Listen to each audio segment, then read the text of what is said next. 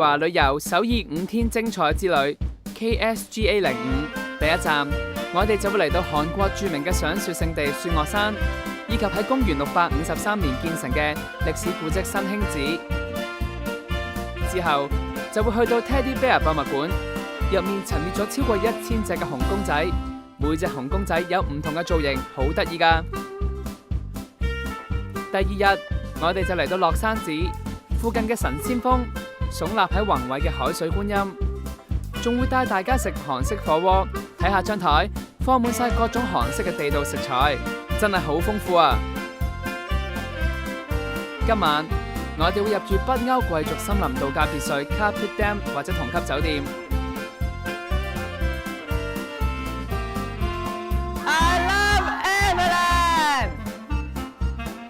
繽紛夢幻樂園係韓國最大嘅主題樂園，入邊有動物公園、植物公園同埋水上樂園，以及超過30種嘅機動遊戲。想體驗緊張刺激嘅 T Express 就快啲跟我嚟啦！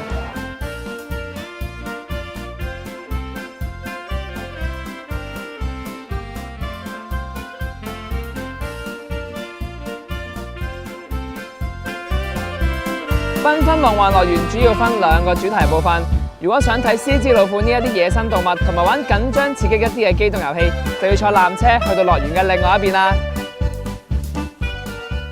呢一個就係世界傾斜度最大嘅過山車 T Express， 唔好諗咁多啦，快啲坐上嚟試下佢嘅速度同埋離心快感啦！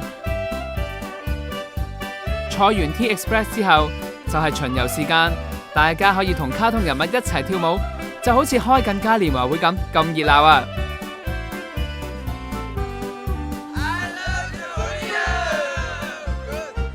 晚餐會帶大家去食人參雞，由原隻新鮮雞同人參燉製，營養味道滿分啊！我哋會連續2晚入住首爾市中心嘅5星級華美達酒店或者同級酒店，酒店嘅西餐廳仲會提供精美嘅自助餐㗎。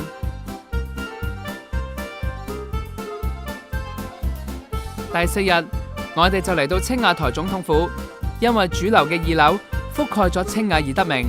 聽講啊，呢度仲係韓國風水最好嘅地方嚟㗎。嚟到韓國啊，大家其中一樣會經常食到嘅嘢就係泡菜啦。所以今日嚟到 Kimchi School 泡菜校呢度就係學整泡菜啦。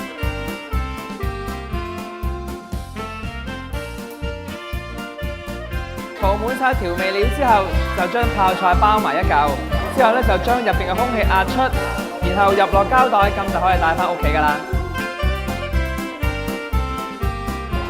亂彈邋遢 show 係利用唔同嘅廚具敲打出強勁節奏嘅精彩表演，到目前為止已經去過41個國家進行巡迴演出。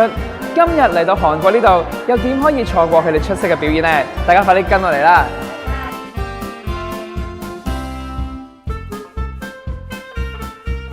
要數首爾必到嘅購物點，一定係明洞。所以喺第5日，我哋就嚟到明洞購物區。明洞係首爾嘅潮流集中地，呢度有齊晒化妝品專門店、餐廳同埋潮流服飾。冇嚟過明洞嘅話，又點算嚟過首爾啊？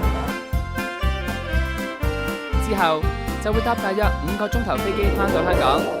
首爾精彩玩樂之旅，盡在美麗華旅遊。